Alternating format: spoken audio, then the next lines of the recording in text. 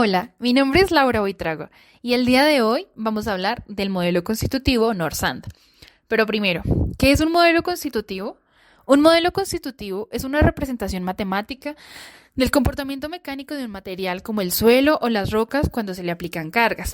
En términos simples, es una ecuación o un conjunto de ecuaciones que relacionan esfuerzos con deformaciones.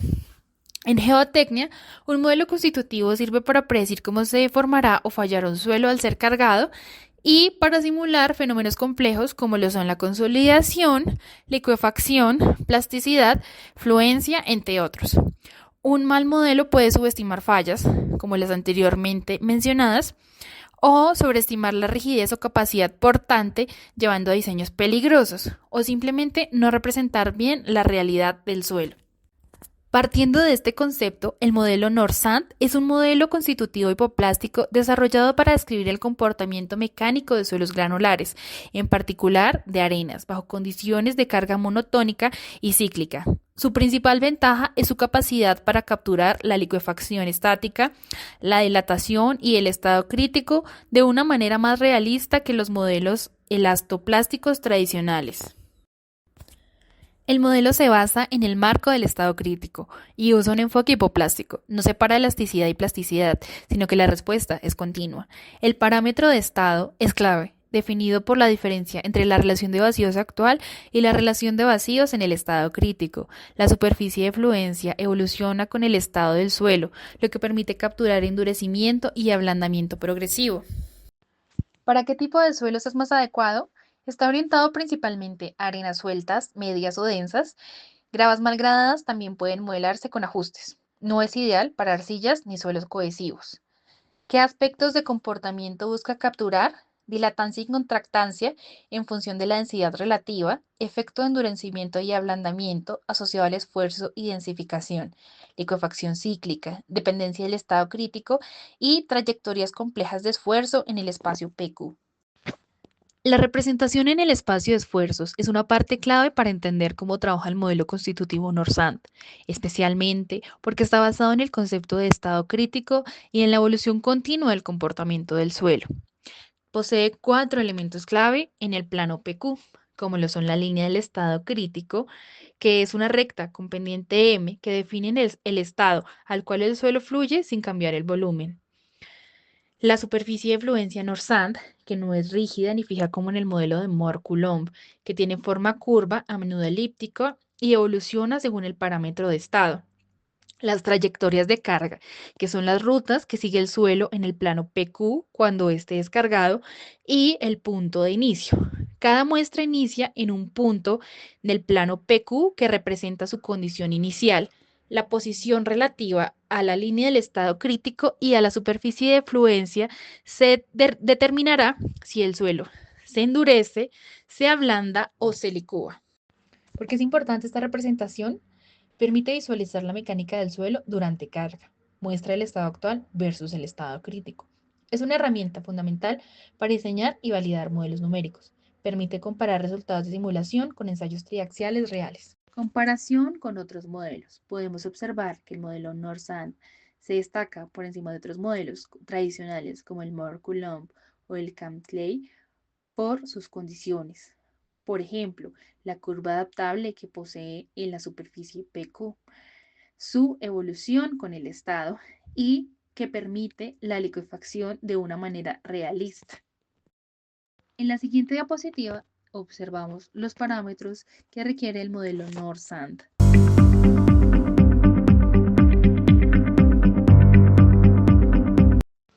Fortalezas del modelo frente a otros más simples, como Mohr-Coulomb. Captura el comportamiento real de los suelos granulares. NORSAND modela la dilatancia y la contractancia de las arenas con base en su densidad relativa y estado tensional, lo cual Mohr-Coulomb no puede hacer. Considera el estado crítico del suelo. A diferencia de los modelos clásicos, NORSAND incluye una formulación explícita del estado crítico que permite predecir el comportamiento a largo plazo y la evolución hacia condiciones de flujo constante. Permite simular la licuefacción cíclica y acumulación de deformaciones. Al ser un modelo hipoplástico, puede representar la generación progresiva de deformaciones bajo cargas cíclicas, lo que es clave para evaluar problemas sísmicos.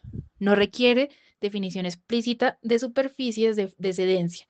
Esto simplifica la simulación de trayectorias de carga complejas, ya que no hay saltos entre comportamiento elástico y plástico, y brinda predicciones más realistas para arenas densas o sueltas. Moore-Coulomb no diferencia entre estas arenas densas y sueltas en cuanto a comportamiento volumétrico. Norsand sí lo hace. Limitaciones del modelo. Mayor cantidad de parámetros. Requiere entre 6 y 10 parámetros que deben ser calibrados con ensayos avanzados.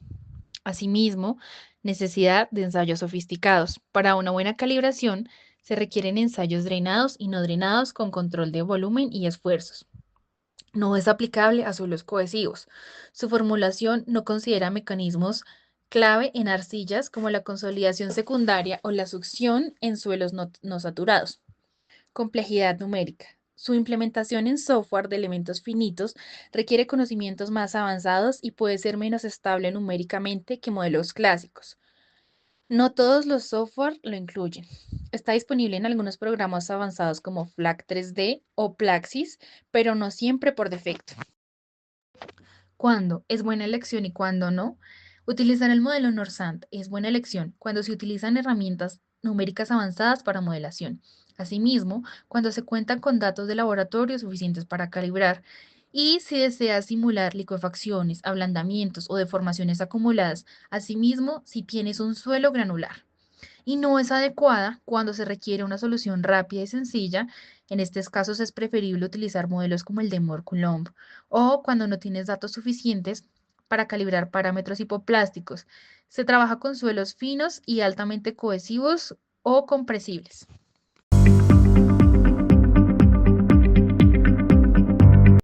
El objetivo de la simulación es analizar la respuesta del terreno, arena suelta saturada, ante la carga de un terraplén mediante desplazamiento prescrito, evaluando la acumulación de presión de poros, la disipación de esfuerzos efectivos, la formación de zonas de liquefacción, el comportamiento del suelo en el marco del estado crítico.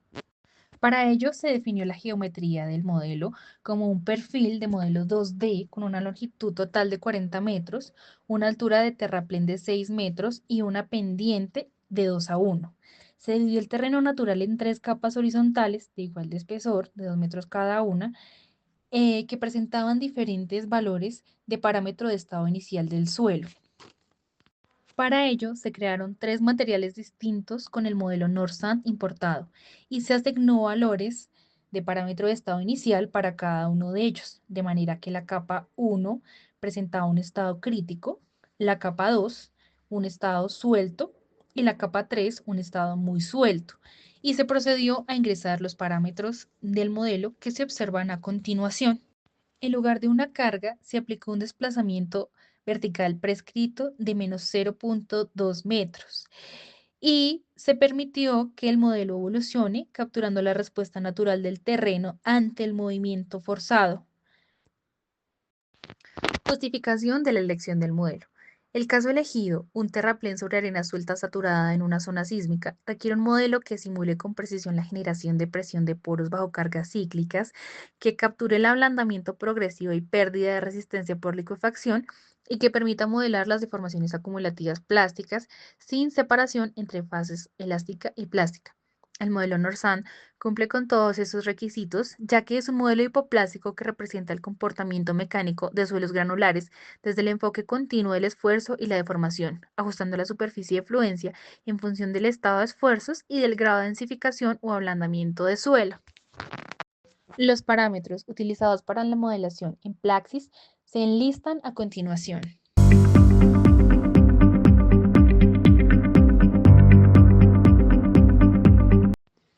Resultados y análisis. En cuanto al campo de desplazamientos, se observaron desplazamientos verticales y laterales significativos en la zona del pie del talud. Se desarrolló un mecanismo plástico tipo cuña, indicativo de falla progresiva. En cuanto a la presión de poros, la acumulación localizada de presión intersticial en las zonas con parámetro de estado inicial de suelo igual a 0,07. Se observó licuefacción estática claramente identificada por el incremento de presión hasta igualar el esfuerzo efectivo. Respecto a la evaluación espacial del parámetro de estado, se mostró que las regiones con parámetro de estado iguales a cero estaban cercanas al estado crítico y las zonas más sueltas en donde el parámetro de estado era mayor a 0,05 tenían tendencia a la contractancia y a la licuefacción. Relación de tensión normalizada. Se observaron valores cercanos a 1 en zonas de licuefacción, lo cual es un indicador directo de falla en estado crítico. Respecto a las gráficas de salida, el gráfico de la presión media efectiva versus el esfuerzo desviador mostró trayectorias que alcanzan el estado crítico desde diferentes estados iniciales. El gráfico del esfuerzo desviador versus la deformación axial evidencia ablandamiento en muestras sueltas, lo cual es una disminución de resistencia con deformación. Y en la gráfica del parámetro de estado versus la deformación, se dio una relación decreciente. El suelo evoluciona hacia el estado crítico conforme se deforma. En cuanto a los puntos plásticos, se identificaron principalmente tres zonas que estamos observando en este momento en la pantalla, correspondientes a las zonas de endurecimiento en color verde, a las zonas de licuefacción en color morado y a las zonas de fallo en color rojo. Estos puntos coinciden con las regiones en donde se concentran los desplazamientos máximos.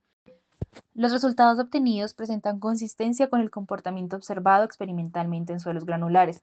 La acumulación progresiva de presión intersticial en las capas más sueltas, con el parámetro de estado inicial del suelo igual a 0,07, es un indicativo claro del fenómeno de licuefacción estática.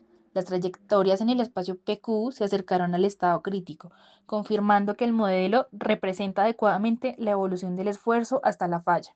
La aparición de zonas de licuefacción y plasticidad localizada, identificada por los puntos morados en Plaxis, coincide con las regiones que presentaron los mayores desplazamientos verticales y laterales.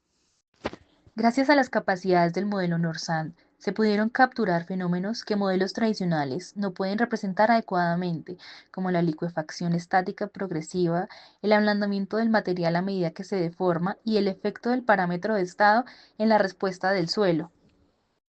Los resultados obtenidos fueron de vital importancia, ya que permitieron comprender dónde y por qué ocurre la licuefacción, según el estado inicial del suelo. Adicionalmente, cómo el mecanismo de falla se inicia y propaga desde las capas más sueltas, y qué tan cerca se encuentra el sistema del estado crítico mediante indicadores visuales como el gráfico PQ y el mapa del parámetro estado.